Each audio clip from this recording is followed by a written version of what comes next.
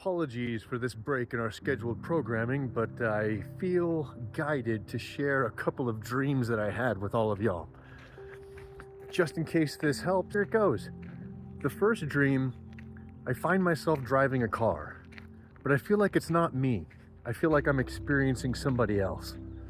And I'm driving down a road and I'm not exactly paying attention. I'm pretty aware, I'm paying attention, but a road is blocked off by construction barricades, and I decide at the last minute to just drive around the barricades and go down this road.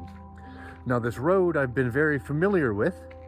I've been able to take it at high speeds in the past with absolutely zero problem, and for some reason my confidence is up so high that I believe that those barricades were really not for any reason.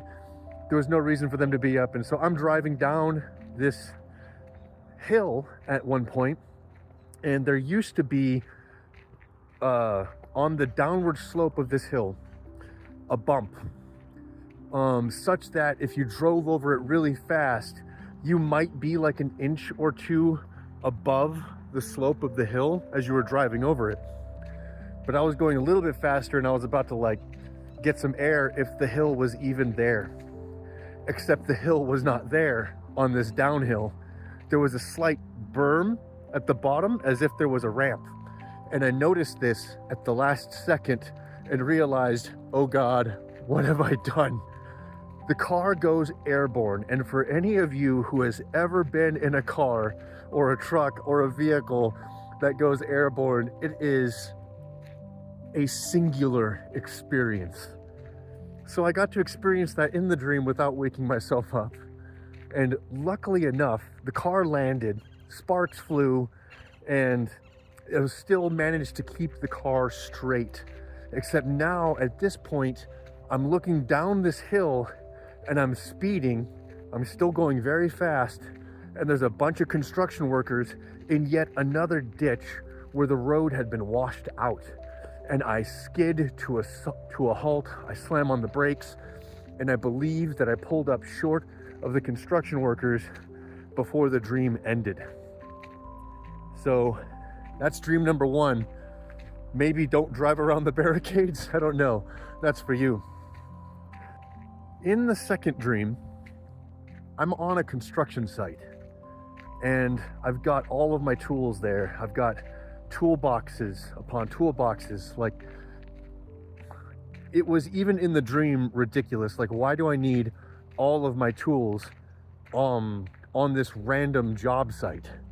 And I'm not even sure what I was doing there, except there was something that came up and it was urgent, and I feel like I had to leave immediately, but I didn't want to leave all my tools. And so there was somebody that was on the job site who I knew better but decided to trust, and I left my tools with them. And I wasn't going to be gone long, but it was either take the time to pack up all of my tools and then leave and get to this thing that I was urgently trying to get to, which in the dream, I don't even know what it was. It could have been anything. It was probably somebody was hurt. Or leave the tools there and go because I was so concerned. So I chose the latter. When I get back, of course, all of my tools are gone. Even the job site is like cleaned up, and that person is nowhere to be found. No one has seen them. And I start, yelling out, just not raging out, but just kind of bringing attention to the fact that I've just been robbed blind. Well, not blind. Somebody stole all my shit and I trusted them.